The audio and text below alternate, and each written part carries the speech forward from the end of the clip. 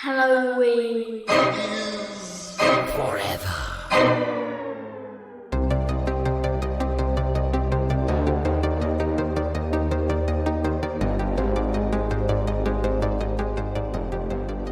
Why are priests called father? Why? I don't know how I feel about this one right now. Because it would be way too suspicious to just call them daddy. Welcome, boys and ghouls, to another fucking episode of Halloween is Forever. I'm Brian. I'm Meg.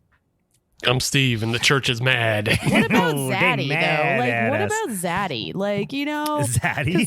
Because there's probably, like, some attractive older priests, and maybe in my mind, all priests look old. Is that what Zaddy means? It's like an attractive, like, older man. Oh, Kind of like the type charismatic. Kesha's into, because she likes guys who look like Mick Jagger. All right, guys. I mean, I'm not saying You I'm never heard above that those song? type of things. No. No. No You never heard idea. that one Kesha song that was on the radio forever? No. Do you I know think who I know. Kesha is? Yeah, I think I Then know you the know song this called song. "I'm a Motherfucking Woman," because Bert Kreischer. I'm a motherfucking woman. Is that a song? Is all I heard. Guys, let's end the episode just right now. No explanation, just it's over.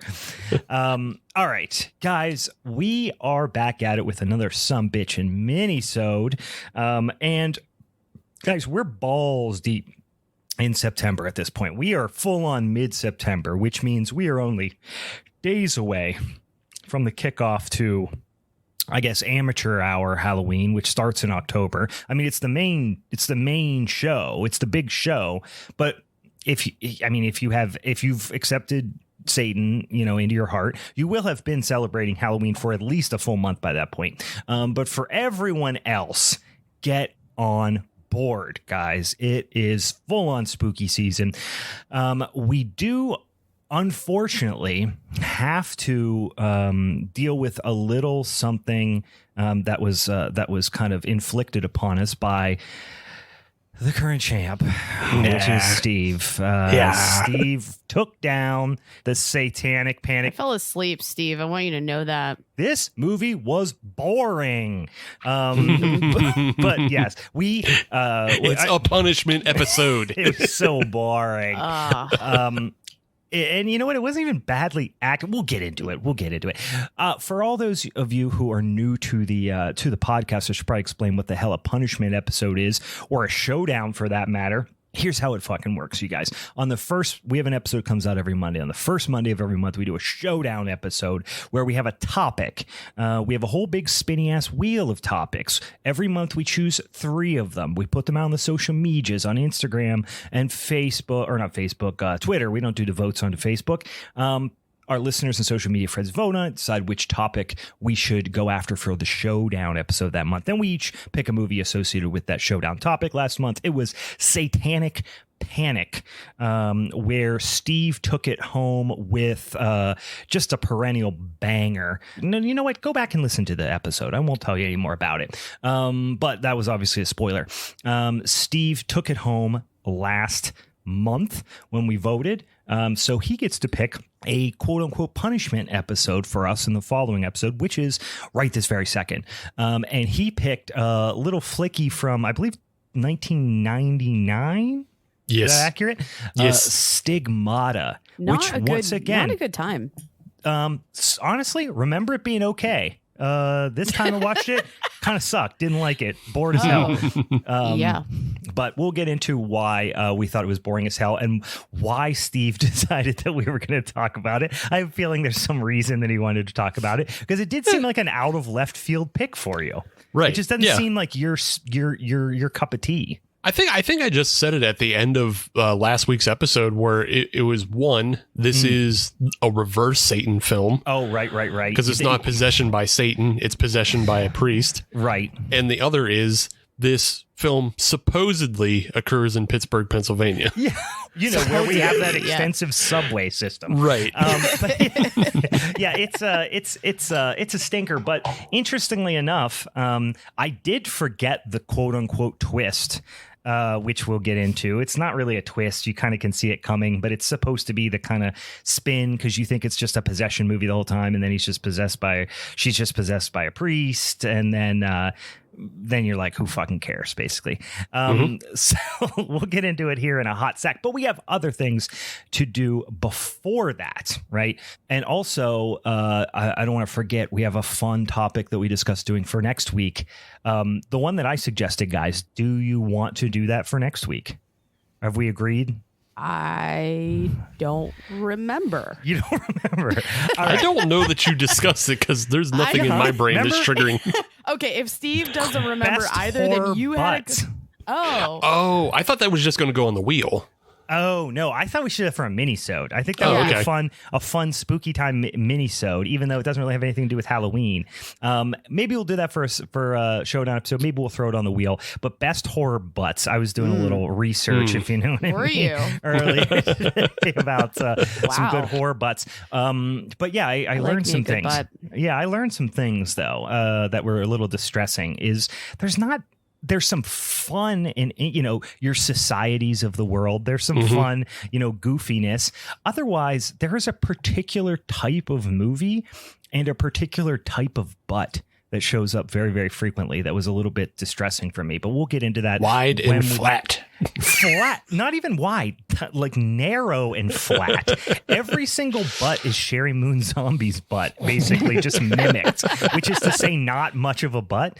Listen, I'm not trying to butt shame anybody. I'm just saying there's I'm like a little bit offended. I mean, I just knowing my butt, it's all about the genes though. So I was going to say a lot of these butts that we're saying are flat. They had those tight, high fucking Wranglers. And I'm just thinking of the boys, let's just, just hike them up.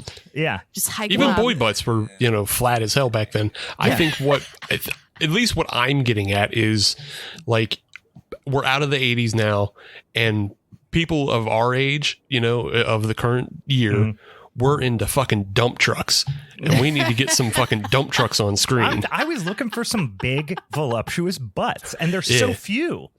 They're all like really like skinny, like a bunch of the like late 90s to mid 2000s, like the low rise jeans that your ass crack was showing. Oh, God. Like that is all it is. And there's just not a lot of big juicy butts out there, guys. That's all I'm saying. It's kind of frustrating. But you want to do a whole episode on it. I just think it would be fun to talk about. I think it would be. Like we could, and it'll get weird, and I'm okay with that. Yeah. I'll start my list of butts if we want to go that route, Get on that butt list. Finish your penis. Finish your snake penis drawing. Finish your penis drawing that you mentioned before we got on the podcast, and get them butt lists going, guys. I feel like you're dropping something that has no context and they need to know. It doesn't have any context. You should explain. So I told the guys before I jumped on the episode, and I can't remember what triggered it, but I put together a playlist with a couple of my friends, and I called it Bangers with a Z. And I said that I was going to draw or like create an image for this playlist that was basically a bunch of dicks that were just like intertwined like snakes. So wrapped around each other and stuff. Yeah, like a snake pit what about like dicks. A dick snake eating its own tail? But it's like like an Ouroboros. It's like big fish little fishing itself. Or what if it's like the centipede but dicks? Wait, are all the legs little dicks too? Yeah. Oh my God. I might draw that tonight. So like each dickhead is going into a ball bag? No, the balls aren't present. I wasn't even thinking about the balls. It's still dicks going into butts. Okay, fair enough. Okay. But it's the like heads are dicks. Gotcha. Yes, I like where this is going a lot. I'm imagining whatever that. I can't sell that on TeePublic. They get mad. Yeah, they get mad if there's too many dicks. But there is also a what's the name of that that freaking artist that like everyone had this painting in their dorm room where it was like all the stairs going in different directions. And MC stuff. Escher. It's an MC Escher drawing, but it's just dicks. If someone other can make that a reality. Yeah. Oh my MC God. Escher drawing dicks going up like just fully 3-dimensional, disorienting maze of dicks. I don't know what I'd get more distracted up by, if like just being confused by which direction the dicks are actually going in, or just the amount of dicks that it would take to make this a reality. Like thousands of dicks. Yeah. A peck of dicks, which I think is 1,000 dicks. Anyway, guys. A hogshead of dicks. Speaking of hogs, you boys drinking a little whole hog pumpkin ale here. What beers do you have? How about that? Yeah, it's, you know what? I haven't had it in a few years. I think Stevens Point make it or something. Stevens Point Brewing Company. Yeah, something like that. I think they do. They do a nice job. It's I've had it before. I enjoy it. Yeah, it's caramely. It's got a little sweetness, but not too much. It's got that like little toffee char thing at the end. It's pretty heavy on the cinnamon and ginger, and there's definitely some nutmeg in there as well. And you know what? It's pretty fucking all right. It's a little like the spice is pretty intense, almost to a point where it becomes a little bit astringent. But you know what? I do not mind this beer at all. It's pretty darn nice. Hadn't had it in a few years, and you know what? It's fucking pumpkin ale season, guys. So I'm out here getting after it. What are you guys drinking? I feel like I can see the vines growing out of like your hands and your head, because you're gonna turn into a fucking pumpkin. Because in this mug, I have the last little bit of coffee I was drinking with pumpkin spice creamer in it. So I'm just balls deep in pumpkin spice stuff right now. That makes sense. I actually picked up beer on the way home from work today. I mean, sidecar of Icy Light. Sure, you usual. did. Try. White trash piece of shit. Actually, I see you've even degraded yourself even further from regular Iron City to Icy Light. Domingo. I go back and forth. You know, I got to switch it up. I get a little bored with one or the other. Yeah. I can see why. What else are you drinking? I picked up, so I love painkillers, like rum painkillers. So I saw a painkiller here by Prairie Artisan Ale, and it's actually pretty good. It's like juice. I'm here for it. Yeah, I like Prairie. I mean, they do some big old sticky some bitches. But as far as some of their is it real? It's real high ABV, isn't it? I think I've had that before. No, it's 5.8. Oh, really? Oh, wow. Shit. Yeah. And that's cool, because I feel like what I like about them and why I trusted this was because when they work with like weird adjuncts or like different flavors, I feel like they usually hit it on point. Like they're the ones who did the sherbet ice cream beer, and that was spot on. Yeah, I would go as far as to say they're one of the breweries that really like were pioneers of the Gloop Glop beers, but in a good way, because they execute them pretty well, and then everyone decided to do them, and then most people, they suck ass. But like, yeah, I've always felt like Prairie did a good job with them. And what's their other big giant something bomb they have? The Christmas, it's the bomb stouts, and then there's like the Christmas bomb, and then there's fucking birthday bomb. Yeah, all that wild shit. That's what that's what I see most often. Yeah, Steve, that's right up your alley. It is. Yeah. I love. I know. Steve was just like, ooh, birthday bomb. It's full of cinnamon and 13%, and just fucking get you blasted. Oh, God. Shit rules. I would drink 10 ounces and I'd be dead. Just a little zoom juice. What do you got, Steve? I am not drinking gas, but I'm drinking something with a little bit of a fall flavor to it. It's the Rheingeist crumb cake. It is coffee, lactose, vanilla extract. It's pretty decent. It's supposed to be just like, a coffee cake streusel, and it's like 7%. So flavor profile on point for that. I mean, we're talking about weird. Yeah, it's pretty on point. The back end is a little weird. Like it doesn't. I don't know. It doesn't finish the way I would hope, but yeah, it's fine otherwise. Yeah, I haven't had many of their beers in a while. I went through a little, I think it was not long after they hit Pittsburgh, where I was drinking their stuff for a while, but it's been a hot second since I had anything Rheingeist related, but.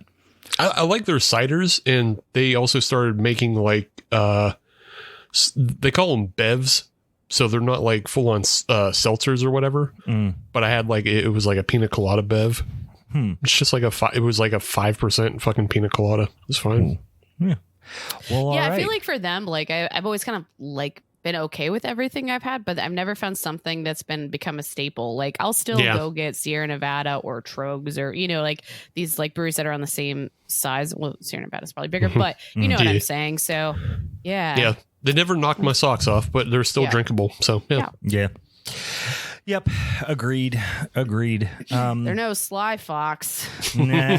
It's the first episode we didn't talk about Sly Fox, so I had to bring it up. By the way, guys, want to come out and drink some fucking Oktoberfest with me? Check it out on the old social media. No, I was so bummed. And one last side story. So I went to see last podcast on the left with our fam over here, Jen and Ben. Mm-hmm. And we stopped by Sly Fox before the show, and I ran into the head brewer John. And I was planning to go in there to try to get some Oktoberfest, which I did actually have one at Carson Street last week too. Oh, nice. But he was like pouring a cask, and he just handed me one, and I was like, oh, this is free beer, I suppose. And I don't want to be rude. Yeah. So I just drank it. It was good. Yeah.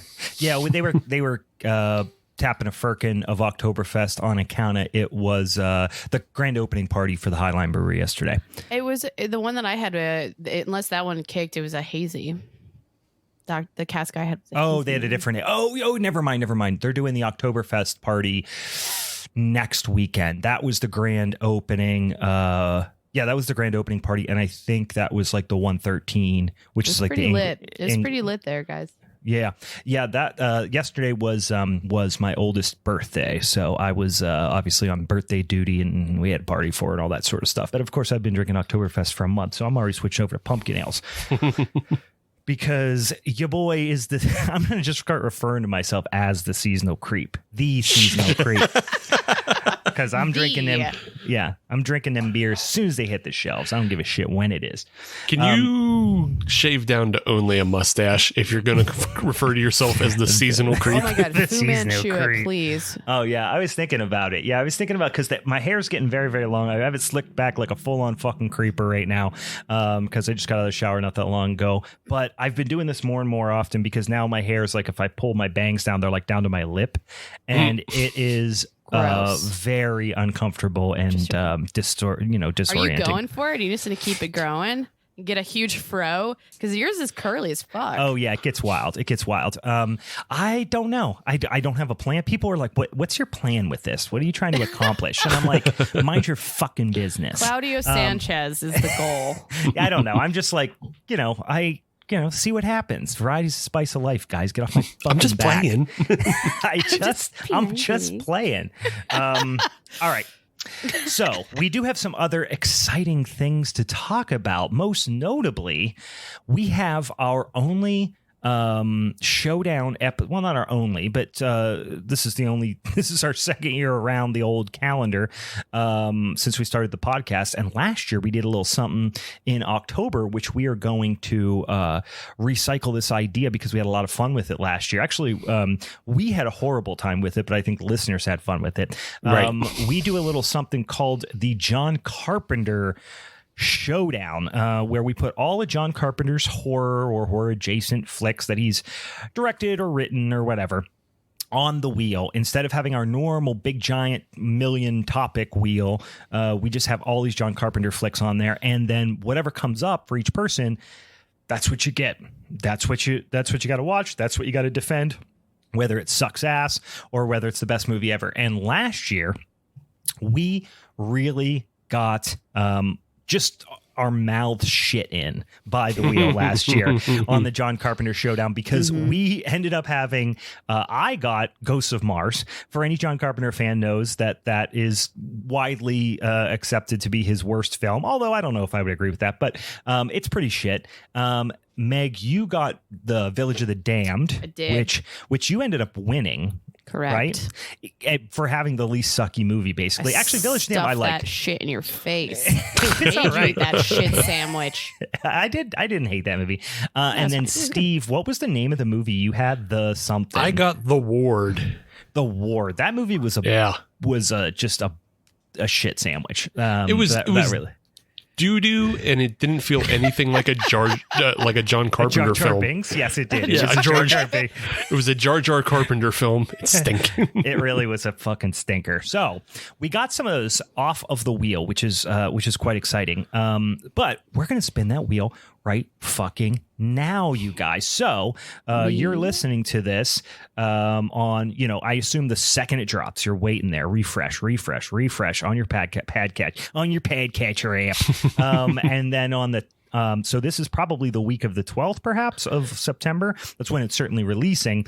This showdown will be on October the 3rd. So this will kick off spooky season for us and be our showdown. So I guess, Steve, since you are the defending champ, it probably makes sense that you get to pick the order in which it's spun, which really doesn't matter that much. But not too much, but it does matter.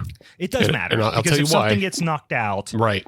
Then you're like, okay, now I'm going to wait and go. But it could backfire because we have movies like The Thing on there, which of course we all want. And it's basically an automatic win. Right. Yeah. The more options, the worse chance. I feel like you have more option to get a shitty one. Right. Yes. You have more options to get a shitty one if you go first, but I would be remiss if I let Meg go first and she gets The Thing. I would be a fool. So with that in mind, I'm going to go first. Okay. I think it's a good strategy. Brian, you're going to go second. All right. Why do you hate me? And Meg's going to go third. Meg's getting rat fucked. She's last. Because Meg, you won last year. John Carpenter. Oh yeah, you did. You won last year. Fine. You won last year. But it had nothing to do. It had nothing to do with it was the only thing to do with it, which was the wheel. Also, exactly. That's what I'm saying. It's just, it didn't matter.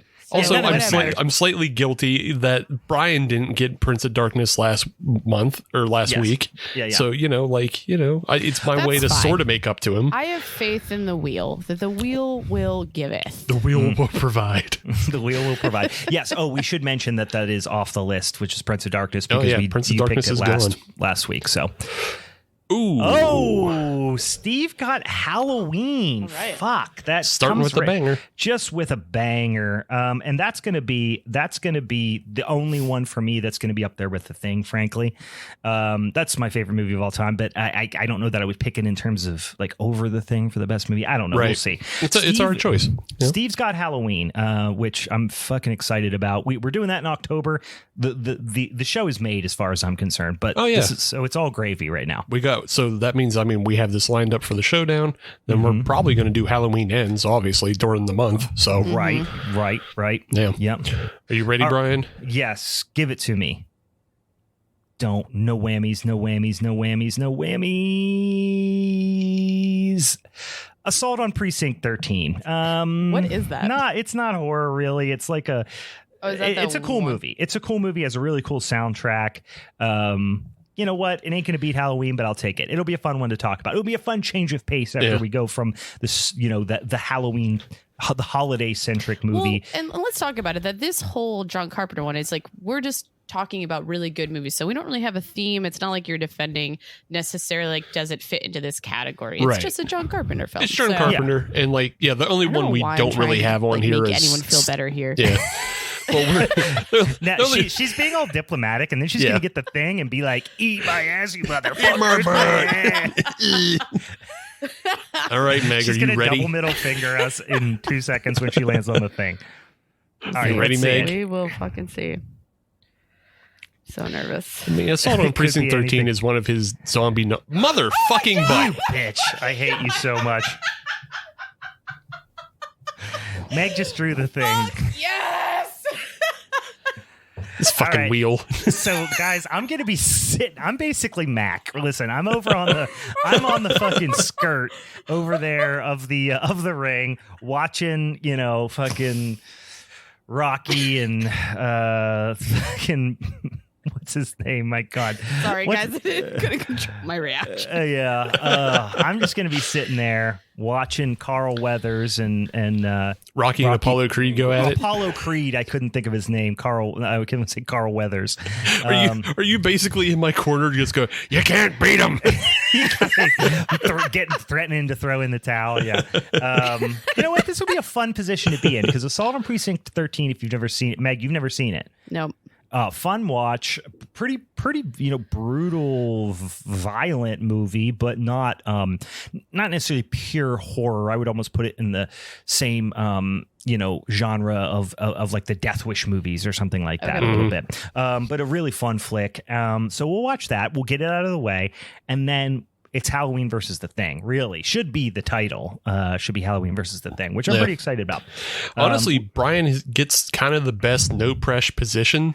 because he just gets to choose who wins, who's champ. Yeah, that's true. And he's already stated that he might choose Halloween over the Thing, but well, I consistently and for 20 years have said that Halloween is my favorite. Halloween 1978 is my favorite movie of all time. I've watched it more than any other movie on the planet by far. But in recent years, The Thing has creeped up to be kind of parallel. So this is actually the more I think about it, going to be a blast because Halloween and The Thing are my two favorite films. Period. So this will be a real coming of age tale for me, guys. A real soul searching spirit mission, if you will. So there's drama for the audience because, honestly, if I got Assault from Precinct 13, I wouldn't pick Halloween. I really love The Thing much more, and obviously Meg does because Jesus Christ, she can't even hold her ass together when she wins the little spinny wheel. I have watched My Halloween. ass completely fell apart. Yes, you missed it. It was just everything in the kitchen behind you is just Guys, covered in an ass. I needed this win. Even if it's just the picture wheel, I fucking needed it. this so bad in my life. No one knows what's going on in my life. I needed this. Yeah, Halloween and The Thing, man, that's going to be a tough one. I'm excited for that. It'll be fun. Yeah. So, guys. I'm sorry once in. again the wheel failed you. Yeah, the wheel hates my fucking guts. We've all established that. What would have been a good third one, though? Can we talk about that for 2 seconds? What would have you been, excited to actually put up against these two films? I would say, They Live would be fun, although it's not going to be up there. Christine would have been really awesome. I love Christine. Again, it wasn't going to stand up to these two. And then what other one am I forgetting? What other In the Mouth of Madness is one. In the Mouth of Madness is awesome, but that I feel like I might pick that one over Halloween. Really? I really like that film. Yeah. I really like In the Mouth of Madness too. There's another. There's another. It's just so Carpenter visually movie. weird. It is. It's so strange, and I like that movie a lot. I mean, probably my third favorite Carpenter movie is Prince of Darkness, which was off the table. But there is another. Why am I blanking? Oh, The Fog.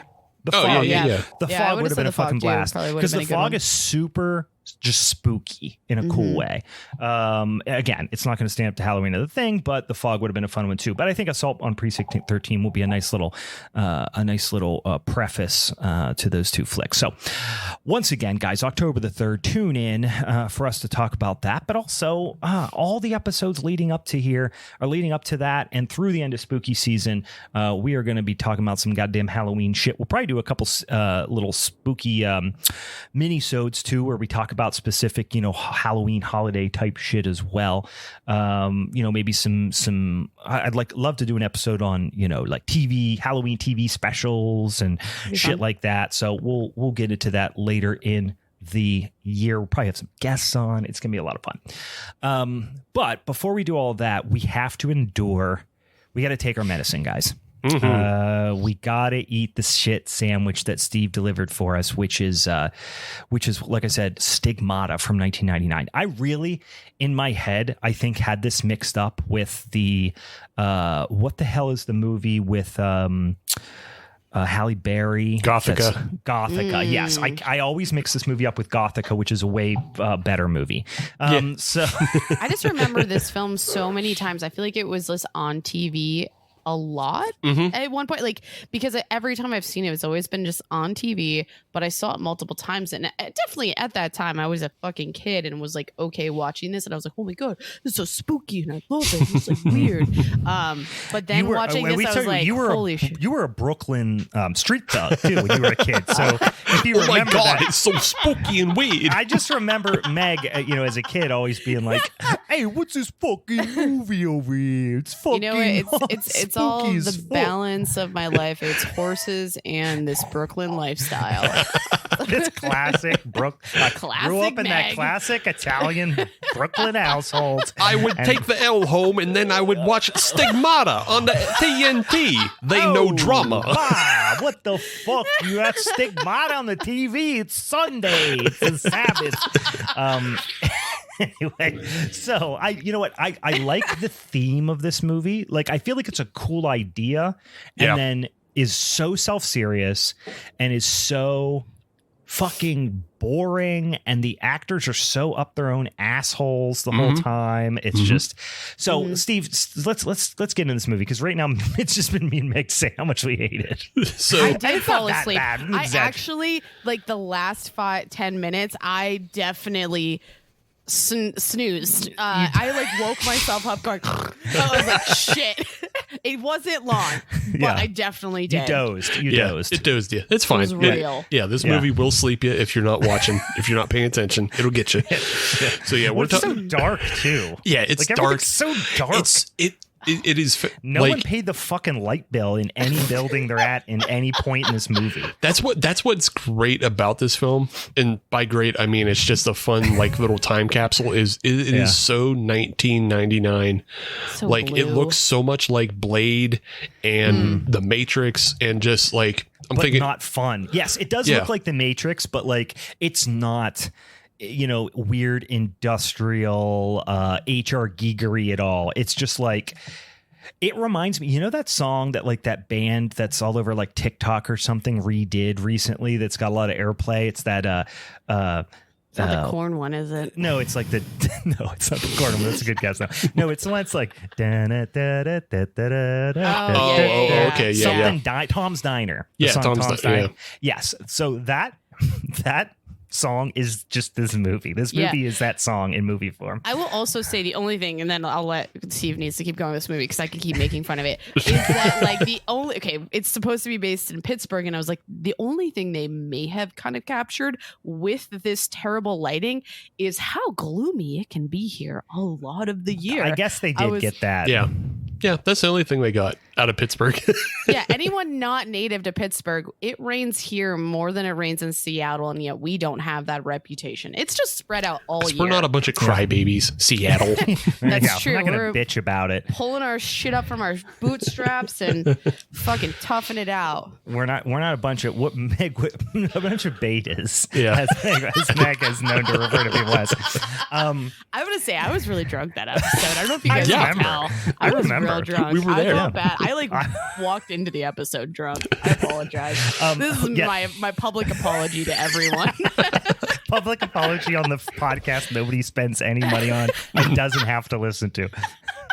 You know what? One thing about this, though, that could be, linked to Pittsburgh, I think maybe is I do imagine that Gabriel Byrne's breath does smell like chip chopped ham. So he just seems like a kind of guy who has bad breath.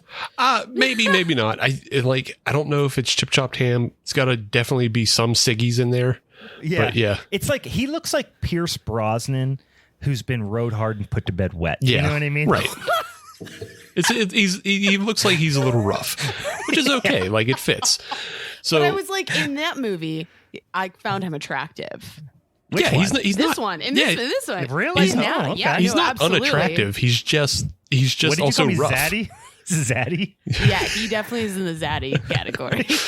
Okay. Yeah. All right. I'm learning new words.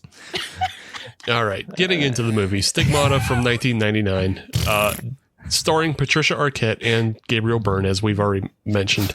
Yeah. Directed by Rupert Wainwright, who he It brought. was a pseudonym for one of the guys that makes Cinnamon Toast Crunch. You would think. Bucks.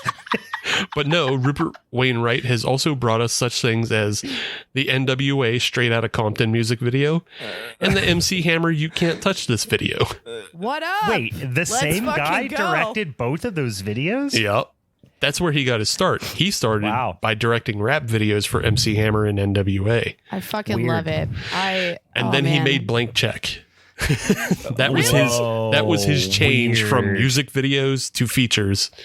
You Was know that what, with though? Macaulay Culkin? No, it was What was someone Blank? else. It was another little androgynous kid. Yeah. Isn't that Frankie Muniz? No, it's just a I'm kid gonna that. Google it right now. It's Blank like I feel Check like was it's a the- no-name person. You know what I mean? Yeah, it's a no name. That kid don't work no more. We don't know who this is. Basel. Yeah, we don't know this kid. Bonsai.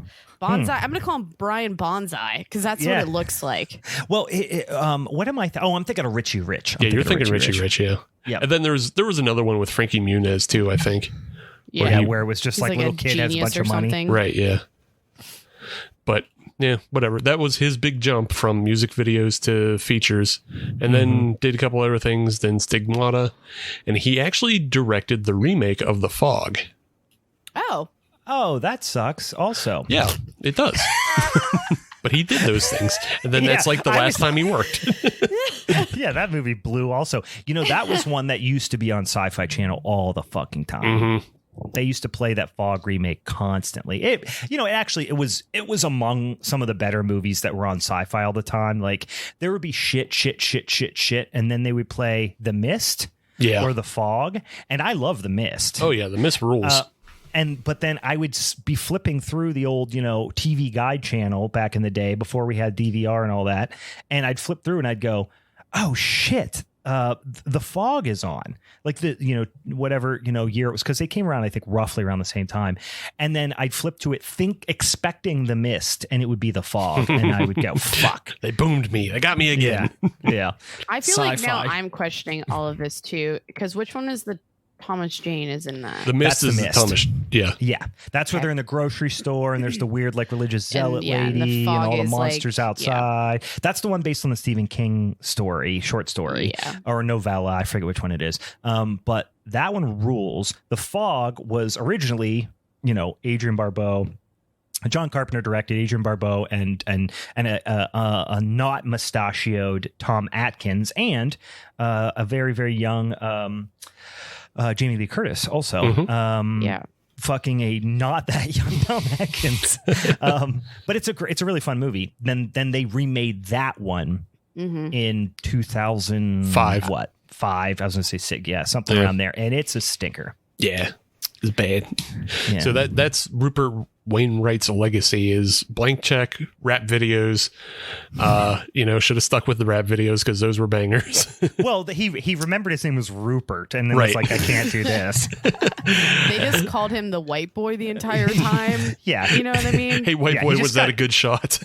Yeah. He just got fucking swirlies all day and he was just like, I'm Rupert. And then he fucked off to do a blank check. Thought he was real cool though. Ice Cube was just sticking his finger in his ear, giving him wet willies.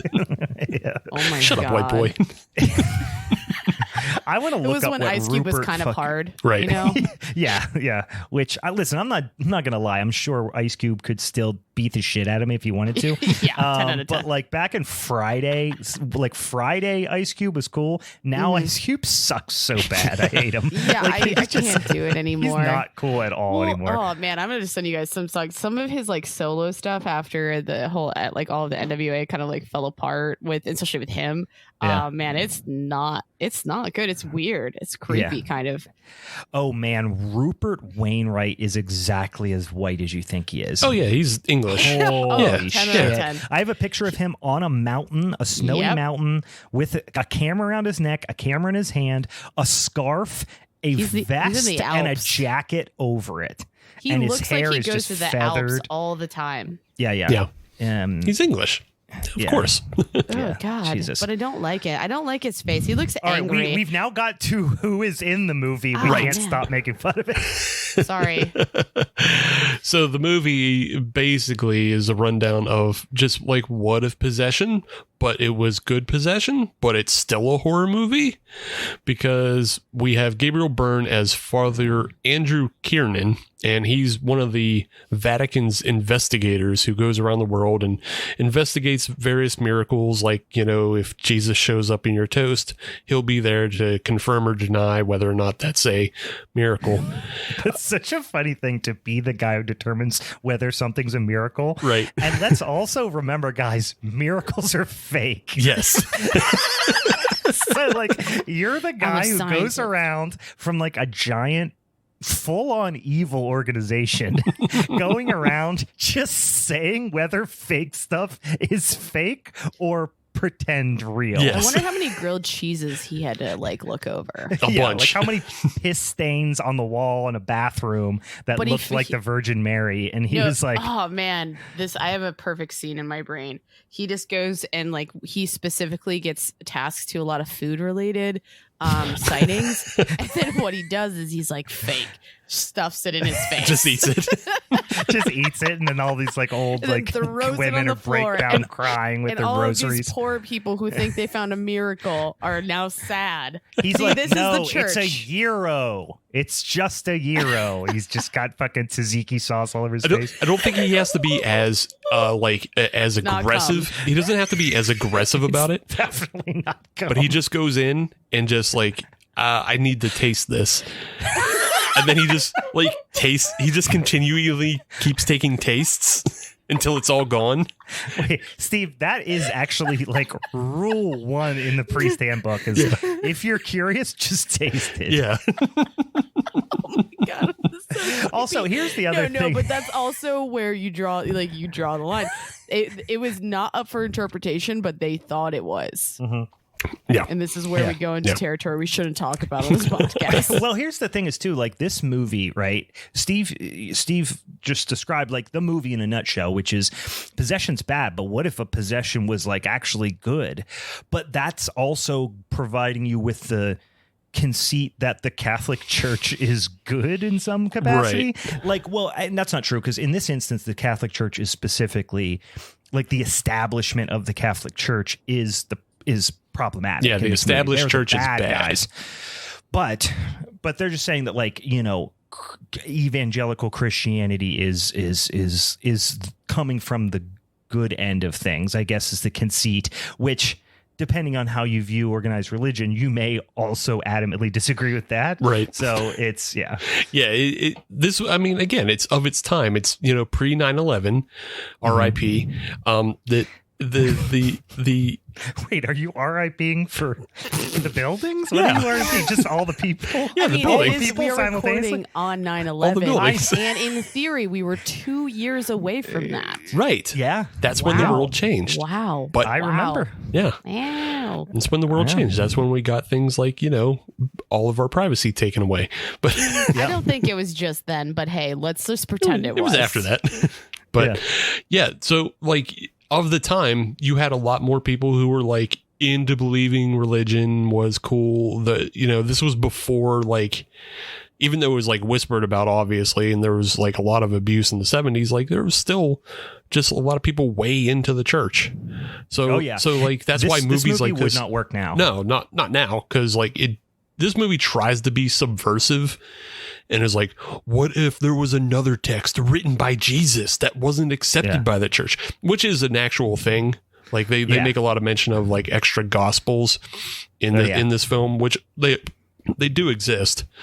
Oh, tons of them. Yeah. yeah. I've been listening to a podcast called Apocryphals, which go through all the I can never remember how to say apocryphal text. Apocryphy is the word I was looking for. Go through all the apocryphy, which is just all basically the books of the Bible that didn't make the cut. They ended up on the cutting room floor, if you will. Is this part of your therapy?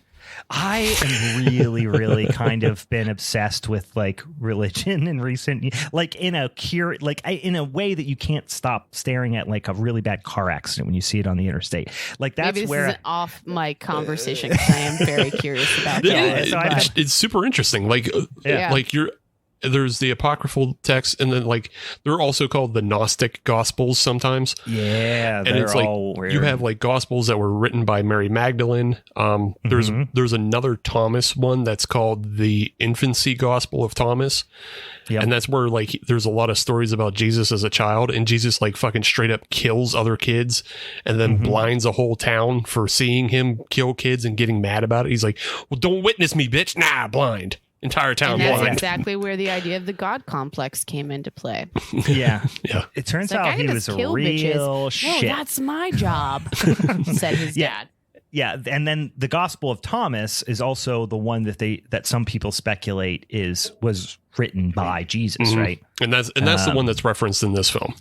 Right, that's So- the one they're talking about in this movie. Yeah. So at the end of the day, I probably should have not fallen asleep in this movie and actually taken notes to learn a little bit, because I'm still learning about this, Well, it definitely becomes a little bit more interesting, just like I said, because I've been on this kick between like all the like apocryphy or whatever, and And like I've been obsessed with reading about and listening to podcasts about the Dead Sea Scrolls too, which is like wild. Like it's fucking insane.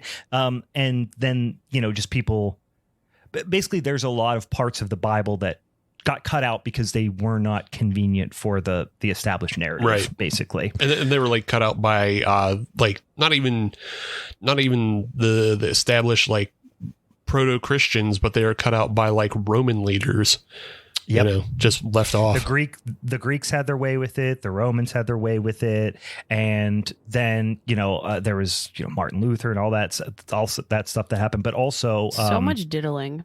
Yeah. Well, there's also like so many books that were all but proven to have been doctored or entirely forged, which is so interesting to me that people live their life not only taking it 100% literally, but making enormous life decisions and modeling their life around things that may or may not have been just like entirely made up and forged.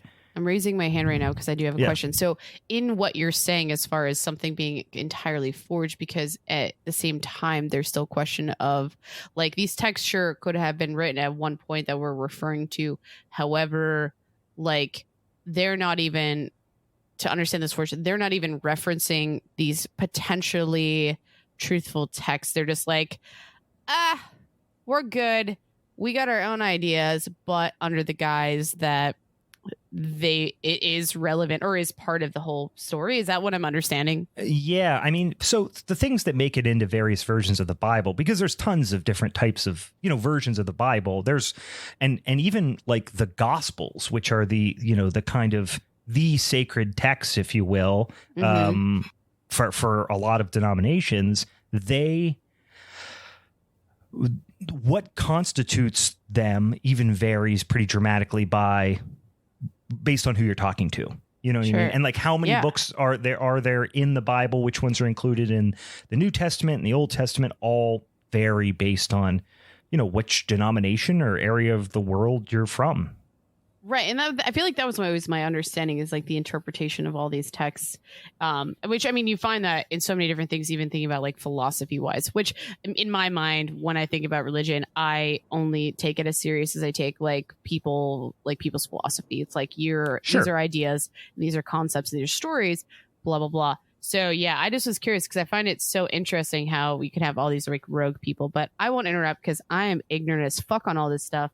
But I'm curious. But yeah, and that was kind of the point of this movie overall, is like the movie is a fucking paint by numbers possession story.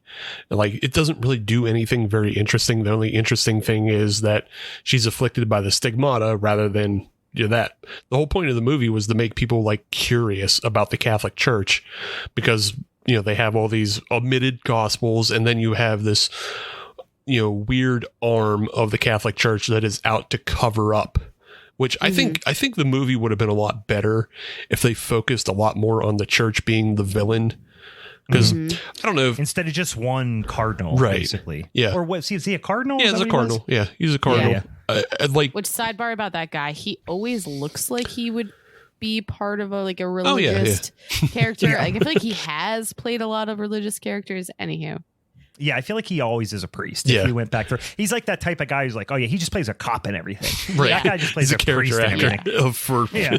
If somebody needs a priest. T-shirt idea though, because of what you just said, paint by numbers, but Stigmata style. Sure. Please make this happen. So just to confirm what we're talking about though, if you go on the actor is his IMDb, Jonathan Pryce, who plays the Cardinal in this film.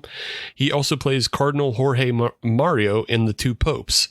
So he's there you go. Yeah. He's knighted too. He's knighted. Cardinal. Did you guys see that? Well, yeah, he also plays Prince Philip in The Crown. Oh, maybe this was the last time I saw him. I did like The Crown for the first couple seasons. Missed it. Would have loved to have seen The Crown. Can't watch it now. It's been spoiled. No, the ending's been spoiled for me. She died. Guess what? That was a Curb Your Enthusiasm reference about Passion of the Christ. Remember, he's like, would have loved to have seen the Passion, missed the Passion. Would have loved to have seen funny. it. That isn't Passion of the Christ is a movie I actively avoided and I've never seen. I don't think I would ever have any interest seeing. I watched it. It's not bad. It's super violent and gory, and it's all right. Yeah, worth not avoiding anymore. Yeah, because it's not like they're trying to be like listen, there's other. If you're looking for a movie to watch, it's not on my recos list. But it's let's take shrooms and watch the Passion of the Christ. Sure, that's a fun Easter activity for you, Meg. Yeah, fun Easter activity.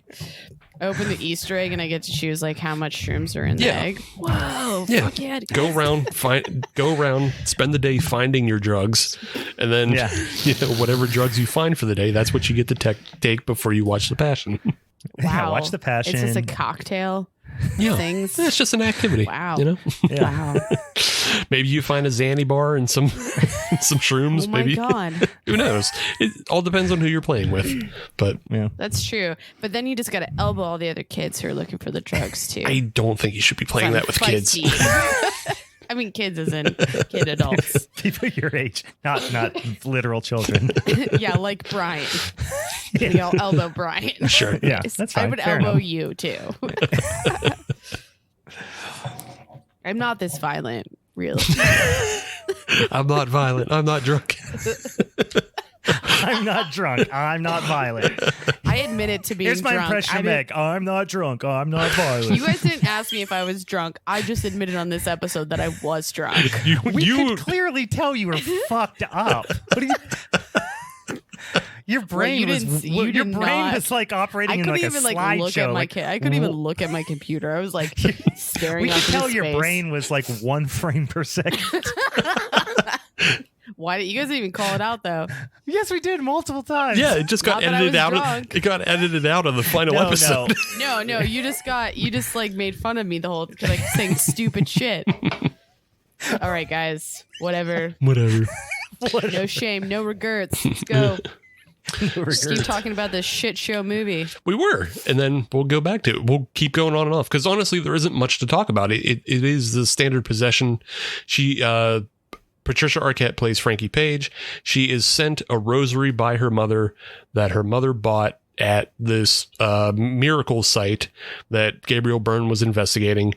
The rosary apparently carries the soul of the priest who died, and he begins to possess Frankie, and Frankie begins to suffer the stigmata. Patricia Arquette. Right. Vampire Lisa Loeb. Okay. Kind of. Yeah. I could see that. Yeah. I definitely had a crush on both of those women around this time, and when I was probably 14 or 15. Yeah, that makes sense. Yeah, cool. Definitely Lisa Loeb. That was my type. Definitely Lisa Loeb. Thick frames. Yeah. Like quiet girl type. Yeah. Yeah, maybe not quiet, but yes, like slightly nerdy. There you go. Parker Posey's another one that goes up there. Oh yeah. For sure. Yeah. I wanted to point out a scene, and I just wanted to see if anybody else felt this. It's after Frankie suffers the stigmata in her wrist, and she goes to the hospital for the first time, and she's being attended by a female doctor. Right. Did anybody else get the feeling of why is this Joan Cusack but not Joan Cusack? Yeah, she does look a little bit like Joan Cusack. Cusack, though. Yeah, it's because she is Joan Cusack's sister. Yeah. I guess I probably just was like, I assume that's Joan Cusack, and I still don't care. She didn't have the nerdiness that I feel like Joan Cusack brings to every one of her characters, like this like quirkiness. So I was like, but she definitely, you can tell the Cusacks. Yeah. You know what I mean? Yeah, it's just the way she speaks. I was like, why is that Joan Cusack? It's not. It's Ann Cusack. Oh, interesting. I didn't know there was such a thing as Ann Cusack. Their mom or something like that, but yeah. All right, there's a third one. This movie's just so 90s, and like every single person in it is such a 90s archetype. Like both Patricia Arquette's character and her friend in the movie both could have very easily been at that desert party in National Lampoon's when the Vegas Vacation. Oh yeah. You know, when the daughter goes out to the cool kid party in the desert with the girls, they both just felt like they came out of that party to me. They could have been background extras and hackers. Yes. Yeah, that's even more 90s. Yeah. They're just such a 90s archetype of this, like, I'm too cool for school. I'm kind of nihilistic.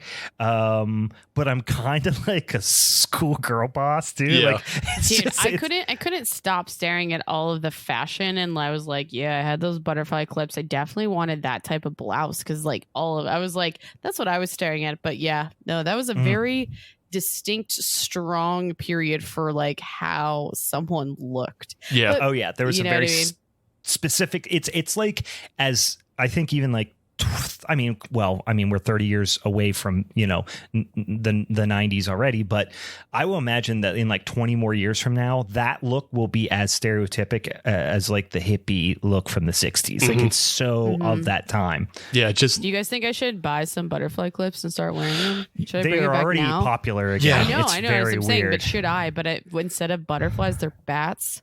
yeah. Get into the Wednesday Addams look. Yeah. Bring it back. Yeah. You know what, guys? Let's reinvent me. I was wearing a pair of Carhartt overalls when I was out working on my car, and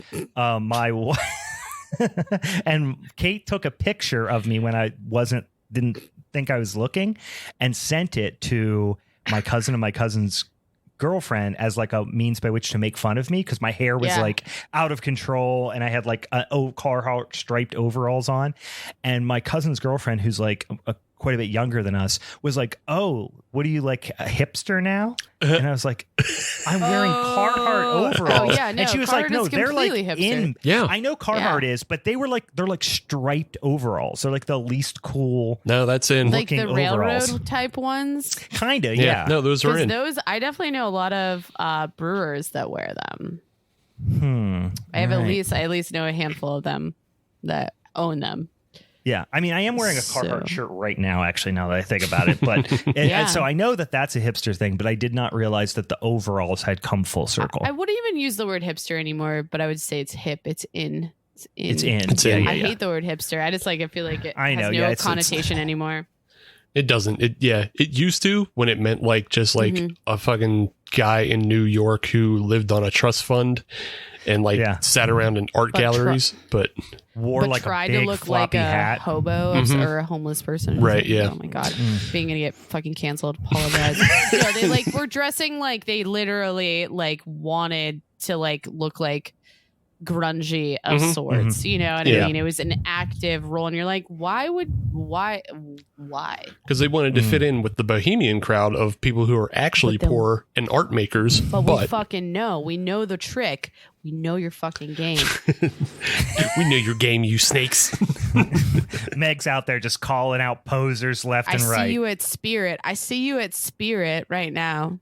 Spirit the Lounge, not the Halloween store. That's going to be a shirt. That should be a shirt. Powerbomb posers. Anytime you see somebody, call them a poser, powerbomb them. Man. Let's see. Back into this movie. Did anybody else notice We're Portia? 10 minutes in. Yeah. Did anybody else notice Portia de Rossi with the cruise ship hair? Yeah. No, Yeah. I didn't. You didn't notice Portia? I was like, No, I didn't. I might, like I said, I was really struggling to pay attention. Where was she at? She was one of the other barbers. nails. She's Was a she nail at the lady. barber shop? Oh, okay. Yeah. And she straight up had white girl cornrows. Yep. Oh, cornrow. Yeah, okay. Yeah, the thing is, she just like blends into like that like she looks like she was hatched out of a 90s egg most of the time. Yeah. Totally. So it's either her or I think about Arrested Development. Like that's the only other thing I really think of with her. Yeah, same here. I didn't Scream 2. She was there. Oh yeah. See, but that's so 90s Right, to yeah. me. Like See, that. this all makes sense because I mean we've seen all these things, but I would have never recognized her until I started watching Arrested Development. Ever. Yeah, I would have just thought that's one of them 90s people I see all the time. Yeah, she definitely has classic white, like 90s white girl shit going on. Oh yeah. Let's see. After Frankie is basically afflicted with all this, like she's on that very Pittsburgh train. A thing that definitely doesn't exist in Pittsburgh. Yeah. I mean, we have trains, but not subways. No. Really. We have ones that go up a hill. Yeah. Yeah. We have the incline, could've and then done we have better. the T. Well, we have the T. And the T has always Well, that's been true. the T. That's, yeah. and it doesn't look like that. Yeah, the T has always looked like the T. It has never looked like the 1980s New York subway system. Right. Mm-hmm. But she gets did you guys where was this filmed anyway? Los Angeles mostly. Yeah. Yeah, that makes sense. Yeah, but I mean, they even try to use some of the more Gothic architecture in Los Angeles to represent this Pittsburgh skyline, but also at the same time, like they catch other Los Angeles buildings in the background. So, yeah. I wasn't like the box office was pretty good, but I'm like the budget was probably dog shit. Is what I'm assuming. Oh yeah, I think the budget was like 18 million, maybe. It was. It wasn't. Yeah, it wasn't much because 29, dude. Oh, okay. Well, that's a pretty healthy one. But they completely made it back and then some because they wound up getting almost 100 million on the returns. Whoa. Yeah. And then that's pretty good. Then you have the VHS DVD market on the back end for more. So yeah. Oh yeah, this was a movie that was definitely one of those ones that were 90 fucking copies of in Blockbuster. Yeah. Yeah, you saw this in the $5 bin all the time at fucking Walmart. That's funny. Yeah. But like, yeah, it's also just kind of a universally hated movie too because it's so boring. The church was mad, obviously. Like the church does not like this film. Poor church. Oh man. Oh, you gonna be a big baby about it, church? They accused you of being a bad guy. Oh, was you guys? Oh, was you messing up all your molesting? Oh my god, I'm done. I would computers all day. No, here's the thing, and listen, because here's one thing we have to. Whenever I say things about priests molesting children, people are like, "Oh, come on, that's in bad taste." I'm like, "No, molesting children's in bad taste." Like, there is one profession that has an enormously disproportionate relative percentage of child molesters, and it's priests. Yeah. There's you can't point to like, oh, also Starbucks dentists. baristas. Yeah. Garbage men. Like they also molest. No. There's only one that's really, it's like scout leaders, which is not a profession. That's a volunteer job. And priests. Those are the ones that molest kids. So that's the reality of the situation. I do think though that in this instance, the story was supposed to not necessarily be like, anti-religious. It was just anti the Catholic Church. Yeah, it was anti because the whole thing with like the gospel, what they were saying is like Jesus's gospel or whatever, which they were alluding to the Gospel of Thomas. The whole idea is that it's all about like, no, the church doesn't have to be this physical thing that you have to go to and do all your little rituals and do, tithe and all that stuff. The church is in the hearts of all Jesus's followers. Like that's the general thing. But that is, of course, very much at odds with the idea that if you don't go to church every Sunday and get Holy Communion and have a guy, do a thing on your forehead or whatever, that you're going to go to hell. When you say you can't really put it anymore as like do a thing on your forehead, Brian, because you got to be a little bit more specific. Because in my I was talking about like Ash Wednesday. Brain, I'm like, oh, you went right to facial. Okay. You see, Meg doesn't know all the little. I was right with you, Brian, but then I remember. Oh yeah, Meg doesn't know all the goofy little rituals. Like she doesn't understand Ash Wednesday. Yeah, but you've seen the people that come in. Like you just put the tip in your mouth and then you just like comes on your. Yeah, well, that too, because but but you've seen the people walk around with like the ashes on, doing the whole thing with the ashes on their foreheads and stuff, and of course, genuflecting when you walk into the pew and getting a little bit of holy water and putting it, on your head or whatever, like all that stuff that happens every time you go into church that makes it feel like you're purifying your soul so you don't go to hell if you get hit by a fucking bus. That stuff, this gospel supposedly says like, oh, that stuff, yeah, that's all well and good, but that's not the real purpose. And of course, the establishment, the Catholic Church and the bajillion dollars that it, brings in and feeds money to fucking politicians and super PACs and everybody who wants to fucking, control what women do with their bodies and all that sort of things. They need the money for that to happen, and they need the people for the money to happen. Well, and Doug Mastriano or whatever that guy, I hope he dies in a fire. Dr. Oz, I don't think Dr. Oz fits into that narrative, Meg. Well, no, he is. I'm saying he's bought and sold. He's like a bought and sold like politician that for sure definitely being supported by like religious because that's his fucking narrative. He's like, we gonna protect the family unit. Like I literally on Tubi saw Dr. Oz fucking like commercials the entire time. I just think he's of a different religion, Meg. That's all. It's not the Catholic. Oh no, that's fine. Yeah, like, I lump all yins together. That's fine. I lump all those believers together. Don't lump me together with these fuckwads. Fucking Dr. Oz and Doug Mastriano. I'm gonna live ignorantly as I fucking want when it comes to religion. These are the respective GOP candidates running for senator, state senator, and governor, governor of Pennsylvania. So, in case you're wondering all this local politics we're talking. Anyway, yeah. So that's the whole kind of idea with this one. I did have a question I was getting to, Steve. I wanted to get your take on this because you were undoubtedly paying a lot closer attention than Meg and I were. Were we meant to believe that Frankie was specifically chosen and there was kind of a butterfly effect situation set up so that she would end up getting the crucifix or the rosary and ultimately be the vessel, and they intentionally picked somebody who was an atheist, or was that happenstance? You bring it up and I think you know what, you're probably right that there is some sort of like divine happenstance of like getting that kid to steal the rosary from the body and then sell it to the mother and then get it to Frankie. And then the mother mails it to her. Yeah, that's what I took it as. Like, we're actively picking an atheist because this coming out of the mouth of an atheist would be somehow more convincing. It would be more convincing, but also more shattering to the church. Because they say up until this point, the only people who suffer the stigmata are like the most deeply pious of people. And then should we say what the stigmata is, by the way? I kind of forgot. We didn't say, but we can just clear it up for the audience. It's just basically all the wounds that Christ supposedly received during his crucifixion. So it's like the nails through the hands and the feet, getting stabbed in the side, which was supposed to be I guess it's in an alternate ending of this film, is that she suffers the fifth wound, which is getting stabbed in the side. With the spear. With the spear. That would have Roman soldier spear. I mean, obviously, alternate ending, it would have completely changed the vibe because I feel like, in theory, she had to live, so she would have gotten that one. I think it would have been like Dunzo, like right. Yeah, she dies in the alternate ending. Yeah. And then she gets the crown of thorn wounds as well. And then when she's on that very Pittsburgh train, she's getting whipped on the back. The lashes. Yeah, the lashes.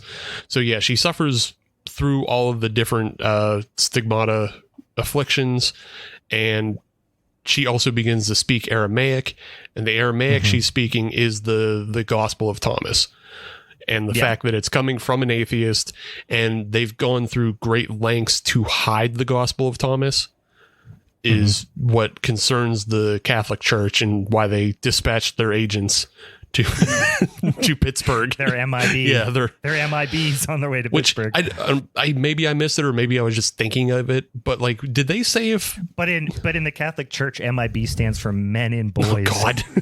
Oh my God! Brian said it. What are you tattling the God? We were all thinking that Brian said it. I said it. I totally said it.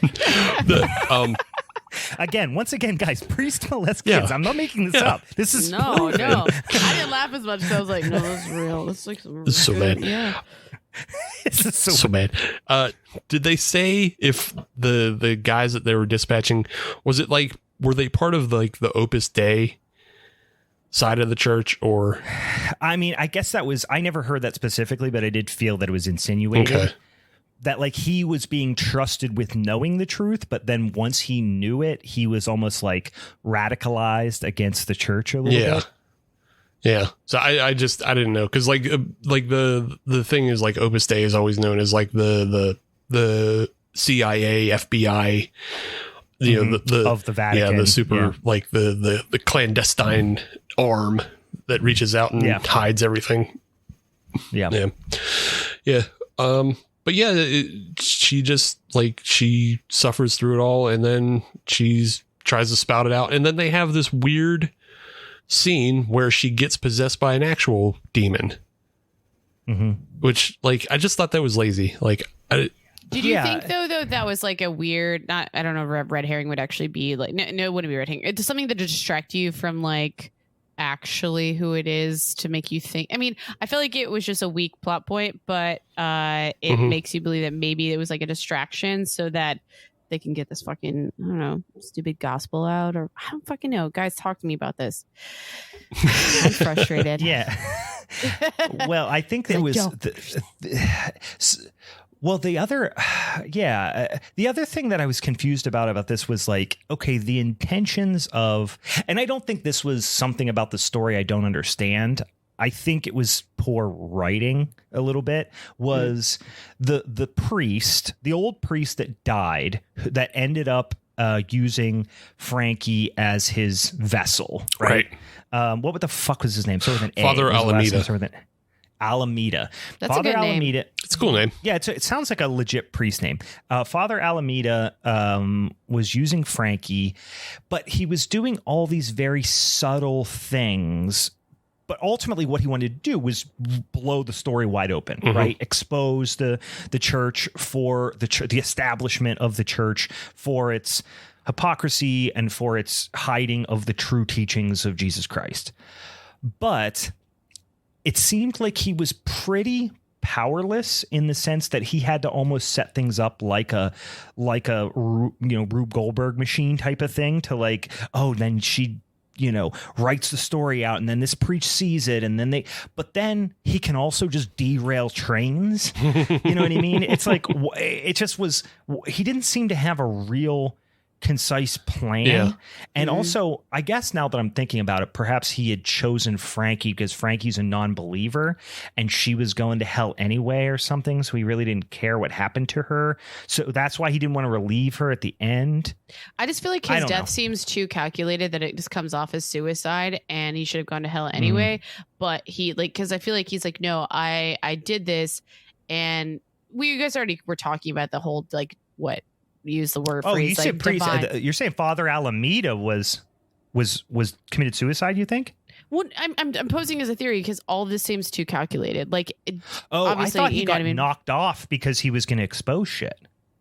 But then still, how did it get like out, like through the rosary? Like, how did he from the dead, like, be able to still get this story across? Well, it got out because the statue was crying blood. And, I mean, you guys maybe talked about it because you said like the whole divine blah, blah, blah. And so it's like somehow spiritually still like calculated out. I don't know. It just feels weak. Your shit's weak. Well, it's because God, so here's what I took it as. And yes, I do agree with that. But I think the idea was supposed to be that he knew the truth. And he and his buddy, which he goes to see, and when he tells him, what's the other, he wasn't a priest, but he was some sort of like Jesuit, maybe a scholar or some shit like that. He was still a priest, but it was like, what was his name? Was it Gianni, the Delmonico or whatever? Yeah, maybe that was him. No. I think that was the other father who goes in to do the exorcism with her. Anyway, I don't know, but it was the guy he goes and says, no, Father Alameda is dead. And he's like, how'd you know? And he's like, I saw his body in the coffin or whatever. And that guy and Father Alameda were on the translation panel that were translating from Aramaic, the gospel of Jesus Christ or whatever. And they were the ones who translated it and said, oh, this is going to change everything. And then the cardinal was like, and tried to, basically smear them out and say like, no, you're forbidden to do this. And then they excommunicated them. And then I assumed that they caught wind that Father Alameda was still crusading to get this truth out of there and killed him. So even if that wasn't the case, even if he died of natural causes, I think the idea is now he has been bestowed upon him some sort of supernatural ability in the afterlife to go into the body of Frankie through this rosary. I'm just going to be bold. If he's allowed to do that, what isn't God just write it in the fucking clouds or something. You know because what I mean? he works in mysterious ways, Brian. Jesus Christ, that's 101. Because God isn't real. It's first day stuff. I feel like right now, Brian, because of the knowledge that you have, you're giving this movie way more like meat than it needs. We're probably reading into it more than it needs to. No, I mean, and it's fine. You're making it way more interesting for me, but we're giving it too much right now. Yeah, it takes itself so seriously. Remember, it's a revenge film, and Steve was trying to like fuck us here. Let's not play this game. He did. You really rat fucked us this time. Hell yeah. Because it just took it's an unassuming film, but you have to go back, live 20 years ago and think, oh man, they were talking about all this Christ stuff, and it's such a it's not interesting. It doesn't end in an interesting way. It tries to be a horror movie, but like for no reason at all. It could have been just like an interesting film of like somebody who got the stigmata, but they do all the weird, like they have the doves as the jump scares. Oh, they have the doves. There's nothing scarier than the stupidest fucking bird in the world. And then on the but also, Steve, yeah, fuck you for doing this to Brian because stop. Like you knew. I feel like you knew he was. Stop. He was like, I feel like you knew he was gonna go. I like that Meg is standing up for me right now. I'm not. I'm actually mad because you're just normally like going she's deep. like, fuck you, Brian. I hope you get hit by a bus. I know. I have to switch it up from time to time and tell fucking Steve to go fuck himself because balance. But that should be a shirt. Tell fucking Steve to go fuck himself.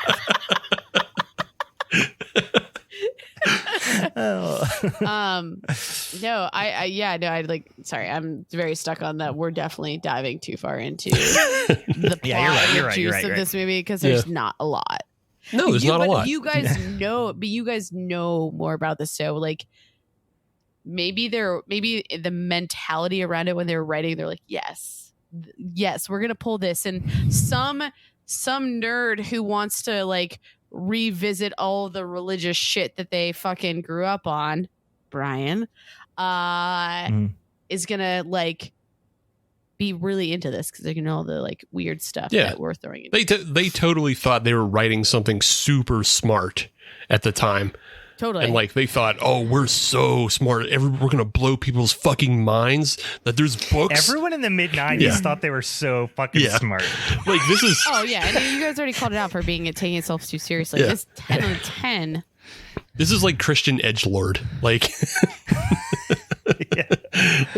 like they don't really go too far. They show like some blood and violence, but also like the ultimate message is like find your own religion and find your own way. Like that's the ultimate message is I'm not religious, I'm spiritual. Oh my god. Which is how that woman would be today. She would. Yeah. 10 out of 10. Oh yeah. She would have Frankie one would dread. be into crystal.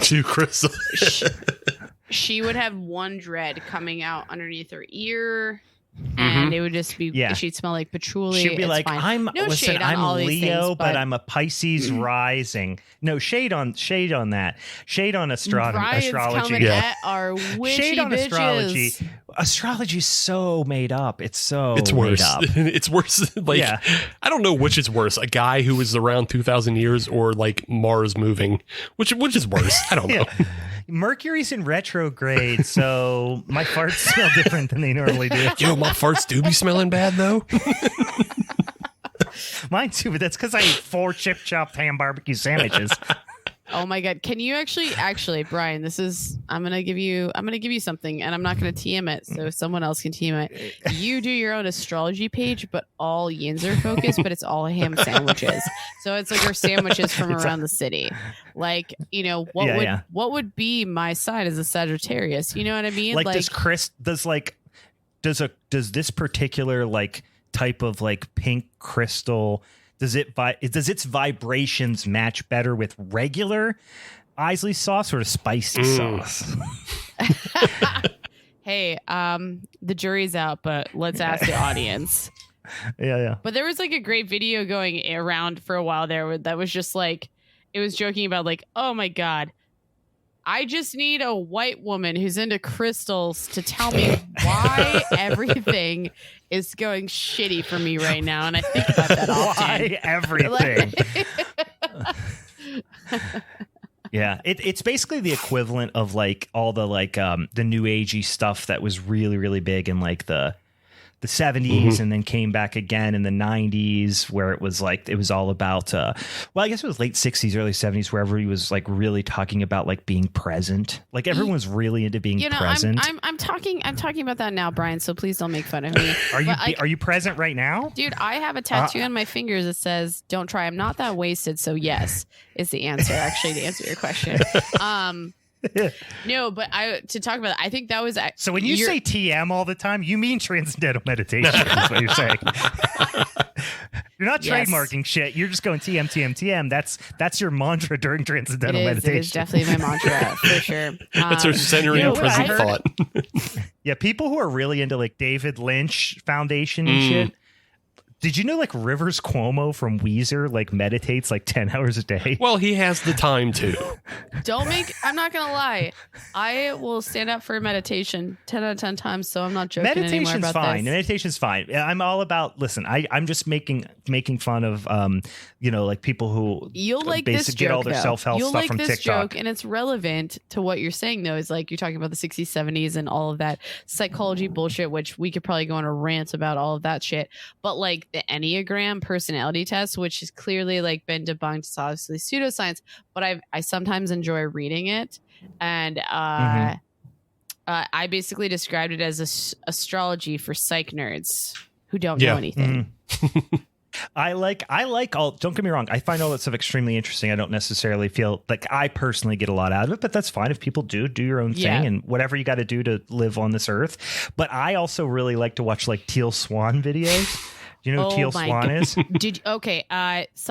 Side story on this one. Did you catch Someplace Underneath, like Henry Zabowski's wife's show? Oh no. I've listened to episodes, but she's from Pittsburgh too. Yeah, she is. But we cannot advocate for Teal Swan. She is a psychotic. No, she's the worst. Oh yeah, she's a total piece of shit. But I find her so interesting. Yeah, dude, she is. I mean, like, I had a joke because she literally like encourages people to kill themselves. Like, allegedly, because I'm pretty sure she's quite litigious, but she allegedly convinces people to commit suicide. If anyone, or steers them in that I'm just direction. going to say this as a blanket statement. If anyone wants to learn more about Teal Swan, look up the show Someplace Underneath and look up the Teal Swan episodes, because they deep dove into all of her bullshit. And I found it, I got more like, oh my God, because Teal Swan started coming up on my TikToks and my Instagrams. And I was like, yeah. And my older sister was the same way. And then I sent her this episode and I'm like, welp, dunzo there. Like, she sucks you in with like very safe stuff that you're like, I needed to hear that. And then, I mean, all cult leaders make sure everything, like 30% of everything they say is totally reasonable, so that they suck you in, or even if it's 60, 66% or whatever, is. But then the other third is what you got to worry about. That's the third that'll get you. I seriously should find the conversation my sister and I had, because after listening to that, she just texted me, I think I almost got sucked in by a cult leader.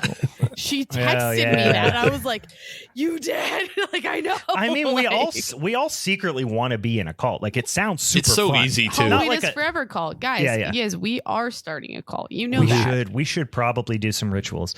All right, back to Stigmata, guys. Can we like wrap this Stigmata shit up, because we're not paying attention I hate this movie. I hate this movie, and I hate Steve. Excellent. Effect achieved. You did. You got it. Well, I figured it would have got you both in different ways. Brian would have brought up a lot of past trauma. Meg just inflicting all this weird ass fucking lore on you. For me, it's religious trauma. For Meg, it's just a sucky movie full of lore she doesn't get. Please don't. Yep. Please don't equate them. Meg's not gonna like this movie, but it's gonna bring up some real religious trauma shit. Well, with look, Brian. I didn't think it would get you an equal effect. I love this stuff.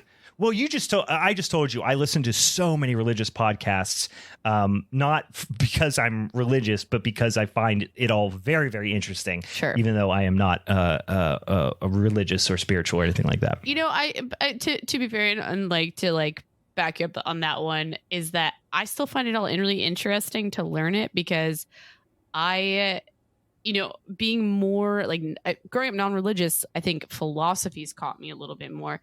But all of these things are overlapping. There's so many, like all of it is. Yeah. It's all just one just person's right philosophy is another person's religion is another person's So I'm always curious, but at the end of the day, I don't like even labels. Like even practicing stoicism, like I hate even saying that type of stuff because I'm like, don't give me a label. I just don't want it. Well, because you can, even if it's religion or something else. Well, like the difference is like with philosophy, you can find definite links. So like you can go to Nietzsche and then trace that back to Heidegger. You can go to who's it? Marcus Aurelius is the big Stoic. So like you can find the origins of that there. And like you have like real historical figures. Religion is so fucking muddy because of like who really wrote any of this. And that's why it's interesting. It seems like more ego. Yeah. It kind of comes off as more ego because you're talking about something that would be like this all powerful entity. And at the end of the day, that's like full on. I am this being. It's more of like trying to, instead of, I mean, like, I think of the difference between, which I did not anticipate this conversation going this way, but I kind of like put the difference between religion and philosophy and like a way to understand the way you interact with the world versus the Abrahamic religions, which are basically trying to answer how the world began and how I need to act on this mortal plane. I honestly just like to simplify it even further. I look at it as purpose. It's like we're trying all to understand why the fuck we exist. And all of these things, whether it's religion or philosophy, give us some sort of thing to think about differently. And then religion specifically, I think, offers more of like a guideline of how to have a purposeful life, whether or not you specifically follow these things. But they're like, if you do X, Y, Z, you're going to have a happy life and you're going to end up in heaven with all the rest of your family. Yeah. If you do X, Y, Z, you're going to end up in preying on that trauma because, like, honestly, if you think about it, again, we're getting way, way off topic, but I find this stuff so interesting, is the idea of reincarnation being exponentially more plausible to me than heaven and hell. Sure. I mean, yeah, I think the same way because of the idea of energy. We're just talking about energy. And then, but if I said that, like, I might, you know, if I'm cool, I'll come back as like an emu. People would be like, "You're fucking nuts." And then they'll be like, I would have I can't eat this fish. I'm going to go burn in hell for eternity. Like, fuck you, dude. That's weird. The only thing with like reincarnation that I would be like, I still would never want to subscribe that have this idea of like, oh, I don't give a shit what happens now because I'm going to come back as something else. Like, I don't think it's reincarnation is like if you're good, you come back as a bird. And if you're bad, you come back as a fucking dung beetle. Yeah. I don't know. Sorry. Yeah. But I'm saying like, I think it's more like, you know, just whatever energy never stops. It always is moving forward and transferred into something else. So like, even if I'm dirt with energy. No, I for being a very non-religious even person, if I'm I feel worm the exact shit, same like way. I'm still Literally. worm shit that gave that worm energy to do worm shit stuff. has an ionic charge. Yeah, worm shit give, you know, if I become worm food gave that worm energy to do worm stuff. Yeah. Totally. Worm stuff. That's I'm a with you. band name. For being a non-religious person, I am with you. That's like more closer to like what I feel than anything else. Also, I think polytheism makes more sense too than monotheism. Like totally. I thought if I was like a person hanging out on like in the fucking, you know, Fertile Crescent, 30,000 years ago, following a herd of antelope and you know, taking them out as we needed them to survive, I would have been like, there's definitely someone who's in charge of the sun. Like, we know that. There's definitely like someone who's in charge of the animals. There's definitely someone who's in charge of the dirt. Like, that makes more sense. It makes more sense because like when things go bad, it's not all on one person's shoulders. Because like, like my balls hurt. So like that's that's the goddess of the balls, making my balls hurt, but I'm still What is eating the well. goddess of the balls name? Can you, I don't can know you, why can you that tell just me? really hit me right in the funny bone. I want to know what the goddess of the balls name The goddess is. of the balls name? Like, I'm just there and I'm like, my balls. Why do my balls hurt, yo? Testathini? Athene. Oh my god, that is perfect. I was just thinking about that SNL sketch with Tom Hanks where he's like, please don't cut my testicles. But it's like, your balls hurt, but you're still eating well. So you get mad at Testathini, but you're great with, whoever's in charge of food for you. The antelope goddess, yeah. Yep. Are we still covering this No, movie? we're just on the general theology and philosophy. Perfect. I love it. I just wanted to make sure we didn't have to come back to anything like, should we need to wrap anything up right now with the movie? Because I'm loving this like making shit up thing, because this is basically what anyway. No, so. I was just cracking up at I don't know why that tickled me so hard. Frankie gets possessed by a real demon, doesn't make a whole lot of sense, then gets taken to a secret church area. They try to exorcise her, and then fucking Father Kiernan forgives what's his face, Alameda. Choke her out. Not into and then they kiss. She was not into kiss. that. Oh yeah, why did they kiss? Because They like Zaddy. each other. Because a boy and a girl are on Zaddy. screen, they got to Yeah. kiss. Sometimes you gotta eat the body of Zaddy instead of the body of Christ. Oh God, that's another shirt. Eat the body of Zaddy. The body of Zaddy given for you. You know what, guys? I'm here for it. Oh man. And then the only cool scene in the whole movie, frankly, there's two kind of cool scenes. One was when right after she got the stigmatas shit, and then she was in the hospital and she sat straight up in the bed and screamed. That was kind of cool. And then when she is, when she's levitating on the cross, that was okay too. Kind of a cool image. I mean, for as emotional, I feel like I guess as corny as it is, like the seriousness of like Patricia Arquette, I even now coming back to it, I'm like, I can get it. I can get into it a little bit. Yeah, she's it might be good. the only Like, I interesting like her. parts. It's dramatic, but I feel like it's interesting. It's just shot very weirdly in 90s, Yeah, it's shot like fucking Johnny Mnemonic. So Johnny Mnemonic sucks too, but I'd much rather watch it than this. it's again. a way more fun movie. It's got a dolphin Yeah. with a brain thing and iced tea. And Ice-T, yeah. Ice-T's I'm always going to be on board with Ice-T. Hell yeah. But I mean, I don't dislike any of the people in this. I like Patricia Arquette, typically speaking. And I also like fucking old ham breath. What the fuck is his name? Gabriel Byrne. Gabriel, Jesus. Gabriel Byrne. I think he's good too. Please stop talking shit on my zaddy boyfriend. He had a real interesting 1999 because he did this film, and then he also did the other terrible End of Days where he was the devil. Oh, I was going to say, what else? He did another one like right around that time too. Yeah, literally same year. Trying to End of Days. round out his whole portfolio, like gotta be Bruce, gotta be double. No, bring it back to Brooklyn, guys. Which End of Days occurs in New York. So there you go. There you go. Boom. Well, guys, that it's going to drive me. Okay. That was the other one I was thinking of. I was thinking The Usual Suspects was like 97, but it was 95. It was a little before that. A little early. Yeah, great flick. And then, of course, we didn't even mention that Gabriel Byrne is in my opinion, one of the greatest horror movies ever made, which is Hereditary. He He is gets in set that. on fire. He gets set on fire in that movie. Spoiler alert, guys. If you haven't seen Hereditary, it's been out for 4 years and it's a fucking masterpiece. Get it together. So is there anything else? We're pretty much done with this piece of shit, right? The last thing I'll mention is the possible original title for this film was going to be. Can we guess? Go ahead. Oh, it go starts ahead, with an guess. S. It starts with Go ahead and guess. Satan's Pussy. cock. Okay, no, to both. Neither Satan's cock nor Satan's pussy. No, I said cock. I know. And Meg said pussy. No, not cock. Cock. Yeah. Like cock. Like beta cuck. Satan's cuck? Yeah, that's No, what I said. not Satan's cuck either. Okay. Sinister. Meg, did you want to sinister? No. No, it was originally going to be called St. Francis of Pittsburgh. Oh, that would have been so bad. God. That would have never sold. No, it wouldn't. But you know what? That would have been kind of like it would have got. It probably would have lived on better, just kind of like Blood-Sucking Pharaohs of Pittsburgh. That movie sucks, but it's a little bit funny. You know what would be really funny is it probably sucks. would have gotten over more with the church community, and then they would have seen it and been super shocked and They terrified. would have been tricked. Yeah, it would have been a huge trick. Yeah. And then the controversy might have made it gone, culty.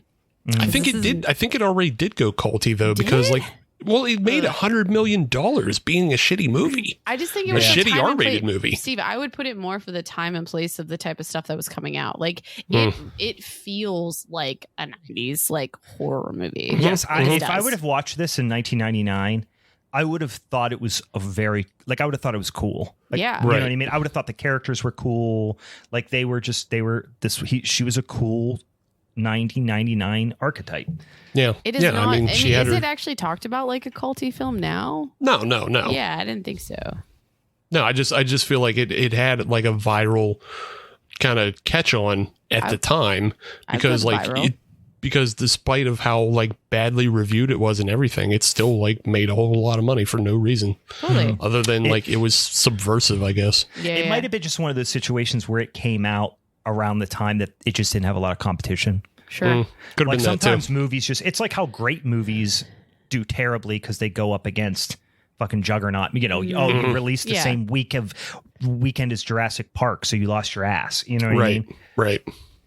So, yeah, could be that too. But yeah, an interesting footnote in the history, and just it's funny because it's a film that claims to be in Pittsburgh, but there's really nothing Pittsburgh about it. Strange. No accents, no nothing. No, nothing even remotely Pittsburgh. There's one other film that this makes me think of, and it's a Norm Macdonald film, and the film is Screwed.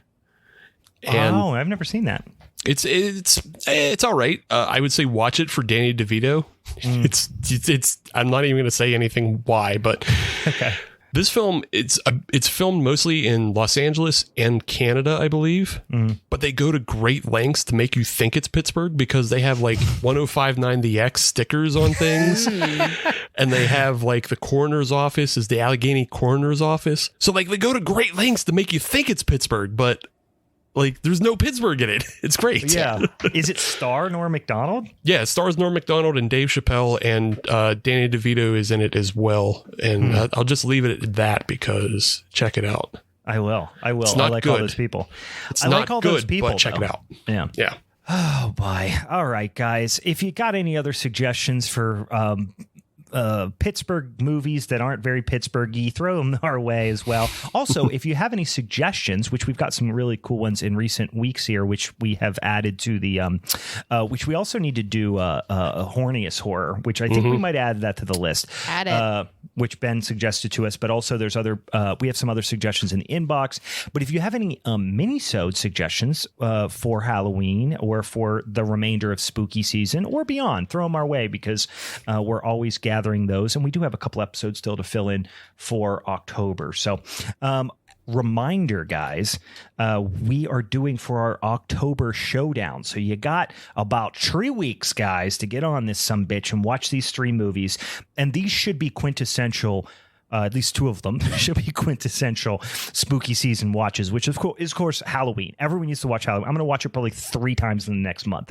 I already watch it probably once. I used to watch it once a month. When I was a kid, I used to watch it multiple times a week. But Halloween, of course, 1978 Halloween from John Carpenter, and 1982's The Thing, which is not a particularly Halloween-y movie, but it's perhaps the greatest horror movie ever made. So you should probably watch that during Halloween season. And then if you want a little, I hesitate to say palate cleanser, which is Assault on Precinct 13, but a great movie with a really cool soundtrack and great sound design and well acted and just overall a really cool movie too. So check those out. Get ready for our John Carpenter Showdown episode in some bitch in October. Also, forgot to mention at the top of the show, if you want to see all the spooky season shit we got going on here, including a little live show we're planning on doing the week of Halloween, or weekend of Halloween. 29th October 29th. which is a Saturday before Halloween, right?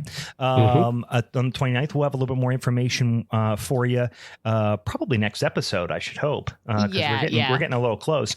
Yeah. Well, not close, but yeah, we got well over a month yet. But in any case, we're going to do a little live Halloween party show situation on the 29th of October. If you want all that information on your social medias, go follow us on all them social media platforms. We're at Halloween is Forever on Instagram, at Hallow Forever on Twitter, Halloween is Forever podcast on Facebook, Halloween is Forever on the TikTokies, or Halloween is Forever pod at gmail.com if you want to send us one of them old fashioned emails. We are over 100 followers on the TikTok.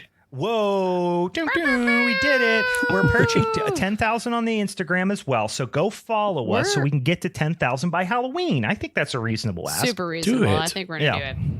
So get over there, you some bitches, and follow us, interact with us on the social medias as well. And we also have some fun Halloween episodes from last year. If you're looking for some specific Halloween content, I know a lot of new listeners join us this time of year. We did some cool Halloween specific episodes last year as well, which you can go back through them archives and listen to as well. Anything else that we need to touch on? That's it, pretty much? Nah, brah. Guys, better start playing them costumes. I think I already have something in mind. Yeah. Got something in mind, bro. My kids know what they're being. I do not. I was thinking about being something I've never been, surprisingly, which is just going fucking Wolfman with it. Oh, shit. That seems appropriate. Keep growing your hair. Yeah, I might just go full on Wolfman because I've been a dang Frankenstein. I've been a dang Dracula. I was just a Dracula the year before last. I've never been a dang Wolfman, so I might go that direction this year. We'll see. It might be too late, but I'll just pitch something with just one word. Yeah, wear Garf. Oh, that's a good idea. Wear Garf. Dang, I'm looking at my Garfield costume right now, but do you have it on a mannequin in your room now? I have it on my skeleton friend that sits on my chair here with the belt, which currently belongs to Steve, but is draped over his shoulder right here beside me. He keeps it safe so it stares at you and reminds you of who rules. All right, guys, join us next week where we may or may not talk about our favorite horror butts. For the Halloween is Forever crew, I'm Brian. I'm Meg. I'm Steve Mata. Oh my God, I'm so upset with you. Like, you planned that. Oh my God, I hate you. Steve Mata, fuck you. Bye. Bye.